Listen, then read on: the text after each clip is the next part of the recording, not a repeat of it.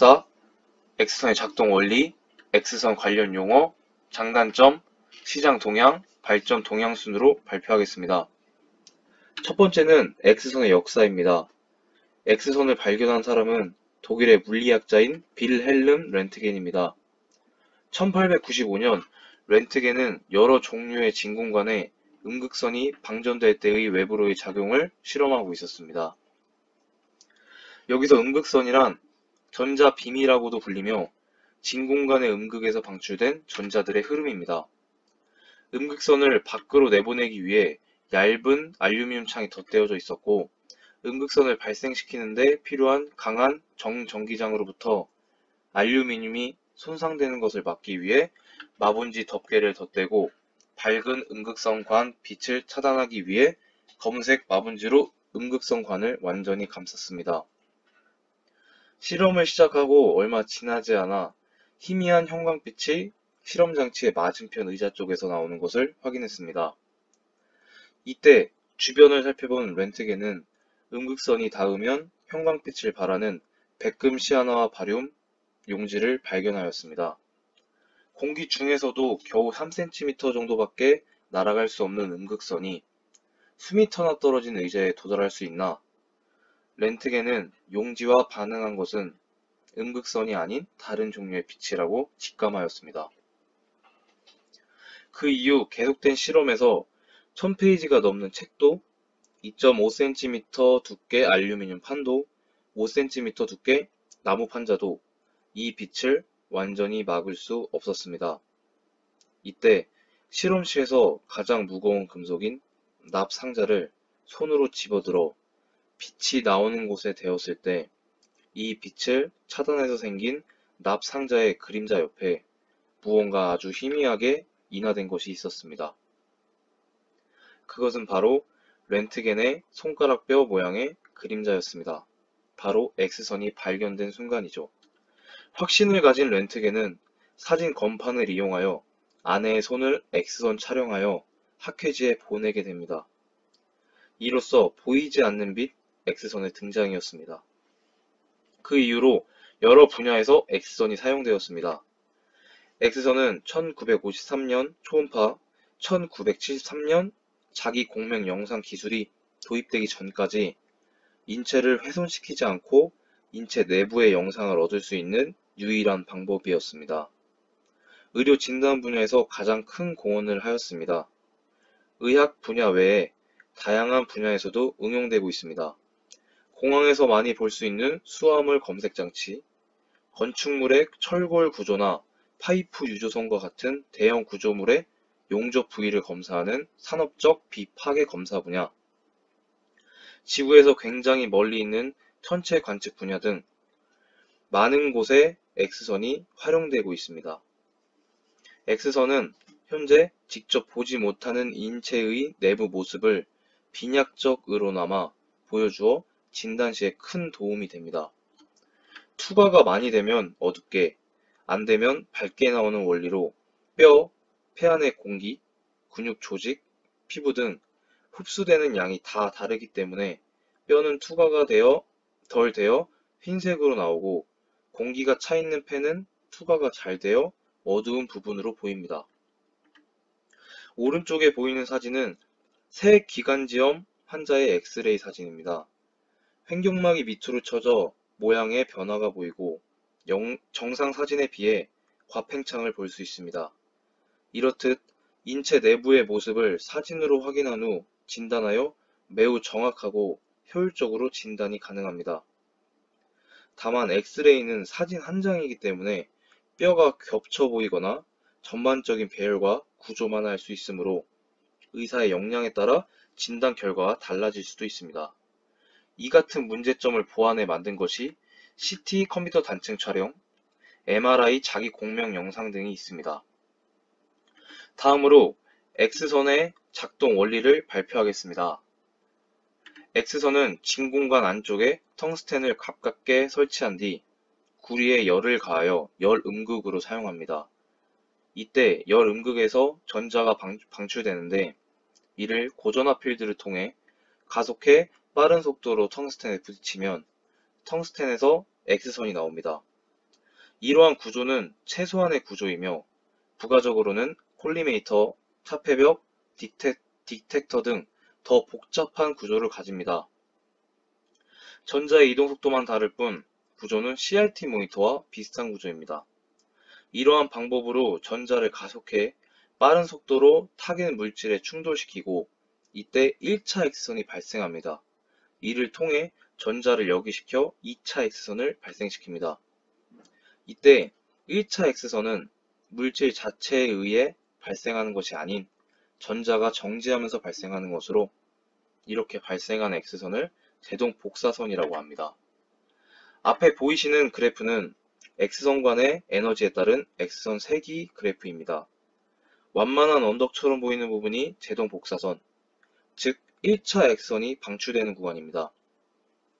중간중간 알파, 베타 등으로 표기된 피크가 타겟 물질에 의한 X선입니다.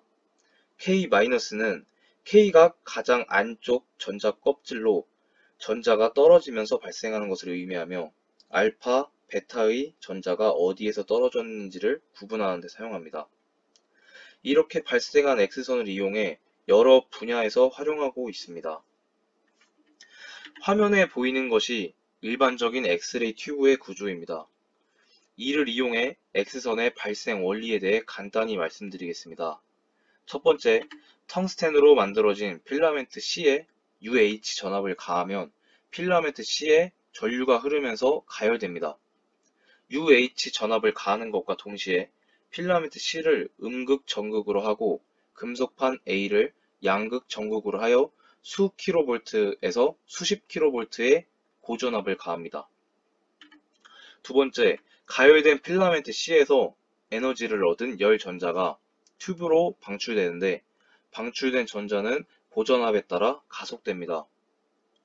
세 번째, 방출된 전자가 진행할 수 있도록 튜브의 내부는 진공 상태를 유지합니다. 일반적으로 진공 튜브 내의 기압은 대기압보다 약 10억 분의 1로 낮습니다. 네 번째, 고전압으로 가속된 전자는 양극 정극인 금속판 A에 충돌하는데 이때 전자가 가지고 있던 운동 에너지가 빛 에너지와 열 에너지로 전환됩니다. 다섯째, 운동 에너지가 빛 에너지로 바뀐 것이 X선입니다. X선이 조사되는 동안 발생하는 열을 외부로 방출하기 위하여 공냉식 또는 순냉식 냉각 시스템이 반드시 필요합니다. 다음으로 X선 관련 용어에 대해 알아보겠습니다. 먼저 관전압이 있습니다. 관전압은 일반적으로 필라멘트 C와 금속 양극 정극 사이에 걸리는 고전압 UA를 관전압이라고 합니다. 관전압은 엑스레이 튜브에서 발생하는 최대 에너지 값의 제한 조건으로 사용합니다. 예를 들어 관전압이 30kV 일렉트로닉 볼트라면 튜브 내에 발생하는 최대 에너지는 30kV 일렉트로닉 볼트를 넘을 수 없습니다. 관전압의 변화에 따른 X선 스펙트럼의 변화를 보여주는 그래프입니다. 관전압이 증가함에 따라 X선의 성질이 증가하고 선질이 증가함에 따라 X선의 투과력이 증가하고 그레이 스케일에 연동되어 촬영되는 필름의 해상도가 결정됩니다. 다음으로 관전류입니다. 관전류는 필라멘트 C에 흐르는 전류를 일컫는 말로 전류가 많이 흐를수록 더 많은 열 전자가 발생하므로 관전류 값이 높을수록 엑스레이의 발생량이 많아지게 되고 이것이 X선의 출력을 결정합니다. 관전류량의 변화에 의한 스펙트럼 변화 그래프입니다. 관전류의 변화에 따라 선속의 양 초점의 크기가 결정되는 것을 알 수 있습니다. 다음으로 디텍터가 있습니다. 엑스레이 촬영 후 필름으로 찍어서 현상에서 보여주느냐 아니면 모니터로 볼 수 있게 하느냐에 따라 아날로그와 디지털 방식으로 나뉘는데 디텍터는 디지털 방식입니다. 디지털 방식으로 모니터로 볼 수 있게 하는 장치가 디텍터입니다. 다음으로 매니플레이터입니다. 매니플레이터는 튜브 혹은 디텍터를 원격으로 움직이게 하는 장치를 일컫습니다. 구동부와 움직임의 정도를 확인하는 센서로 구성되어 전체의 움직임을 제어합니다. 직접 제어하거나 수동으로 작동 시 방사선에 의해 노출이 될 가능성이 있으므로 원격 제어의 기술이 꼭 필요합니다. 마지막으로 쉴딩이 있습니다. 방사선이 가지고 있는 높은 에너지는 인체에 피해를 주는 상황을 피폭이라고 합니다. 이러한 피폭을 막아주고 흡수해주는 것을 차폐라고 합니다. 일반적으로 차폐 물질로 사용되는 물질은 납이지만 에너지가 높은 방사선의 경우에는 콘크리트를 사용하여 방호 구조물을 건축하기도 합니다. 다음으로 X선이 쓰이는 각각의 의료기기 장단점을 말씀드리겠습니다. 엑스레이의 경우 검사가 매우 간단하고 폐, 흉부, 머리, 손, 다리 등 많은 부위가 촬영 가능하고 비용이 매우 저렴합니다. 그레이스케일 척도를 통해 뼈 병변 확인이 용이합니다. 단점으로는 밀도에 따라 대조도 불확실하여 연부 조직 검사에는 부적절하며 소량의 방사선 피폭이 발생합니다. CT는 현존하는 검사법 중 해부학적 형태를 가장 잘 표현하는 검사법입니다. 단면 촬영이 가능하여 뼈 병변의 확인이 매우 용이하고 조영제를 사용하여 혈관 검사에도 적합합니다. 뒤에서 설명드릴 MRI에 비해 촬영 시간이 매우 짧습니다. 단점으로는 다량의 방사선 피폭이 발생하고 조영제의 경우 특성상 신부전 환자나 약물 과민 반응 환자에게 부담을 줄 수 있습니다. MRI의 장점은 연부 조직 해상도 및 대조도가 매우 높아 골수 병변도 확인 가능합니다. 또한 환자의 자세 변화 없이 인체의 횡방향, 세로, 사선 방향으로 자유롭게 영상을 얻을 수 있습니다. 그리고 자기장을 이용해 촬영하므로 방사선 피폭이 발생하지 않습니다. 또한 신경계를 촬영 또한 가능합니다. 단점으로는 촬영 시간이 길어 360도로 막혀 있는 곳에 환자가 오랜 시간 머무르게 되므로 폐쇄 공포증이 있는 환자에게 큰 부담을 줄 수 있습니다. 그리고 인공심장, 인공관절 등 자기장 역량을 줄 수 있는 의료기기를 가진 환자에게는 검사가 부적합합니다. 다음으로 시장 동향에 대해 알아보겠습니다. 국내 시장 규모는 2005년 기준 약 1조 2671억 원으로 세계 시장의 약 1.7%의 점유율을 나타내며 세계 시장 연평균 성장률 4.7%의 꾸준한 성장률에 비해 13.2%의 높은 성장세를 나타내고 있습니다. 현재 국내 의료 영상 진단기기 시장에서 약 70에서 80%는 제너럴 일렉트로닉사, 지멘스, 필립스 등 다국적 기업들의 제품이 우리 국내 시장을 차지하고 있습니다. 우리나라 기기는 비교적 역사가 오래된 엑스레이 진단기기와 초음파 진단기가 상대적으로 경쟁력을 보이고 있으나 CT, MRI 등 첨단 고가 장비의 경우에는 다국적 기업들의 시장 지배력이 매우 높은 실정입니다. 현재 국내 시장에서 가장 큰 규모는 X선 영상 진단기기이며 정밀 영상 진단 수요의 확대 및 수술실에서의 즉시 진단 및 치료에 대한 의사들의 요구 증대에 따라 시장 확대가 예상됩니다. 해외 시장의 경우 현재 연평균 성장률 4% 정도로 꾸준한 성장을 하고 있으며 비중은 CT, 엑스레이 영상기기, 심장 관련 엑스레이 진단기기 등 전체 의료기기 시장의 53% 이상을 차지하고 있습니다. 세계 시장에서는 현재 미국, 일본, 유럽의 소수 업체가 주도하고 있으며 미국의 GE는 영상 진단기기 분야 선두 자리를 확보하고 있고 독일의 지멘스는 높은 신뢰도로 제품의 이미지를 구축하고 있으며 일본의 도시바는 중저가형 제품을 생산하여 시장을 주도하고 있습니다. 마지막으로 X선을 이용하는 의료기기들의 발전 동향에 대해 설명드리겠습니다. 첫 번째로 MRI입니다. MRI는 자장 안에 인체를 넣고 고주파로 신체 내의 수소 원자핵을 공명시켜 각 조직에서 나오는 신호를 영상화하는 기기로 높은 자장이 영상의 정확함을 좌우하는 의료 영상 진단기기입니다. 과거 MRI는 자장의 강도인 0.5T와 1.0T를 거쳐 현재 1.5T와 3.0T까지 자장 강도를 높여왔습니다. 사진은 지멘스가 2015년도에 공개한 MRI인 마그네톰 스펙트라입니다. 3.0T까지 촬영이 가능합니다. 3.0T의 경우 1.5T에서 확인이 힘든 연골부터 복부에 움직이는 기관이나 뇌졸중 뇌경색 및 뇌 혈류의 미세한 상태도 알 수 있습니다.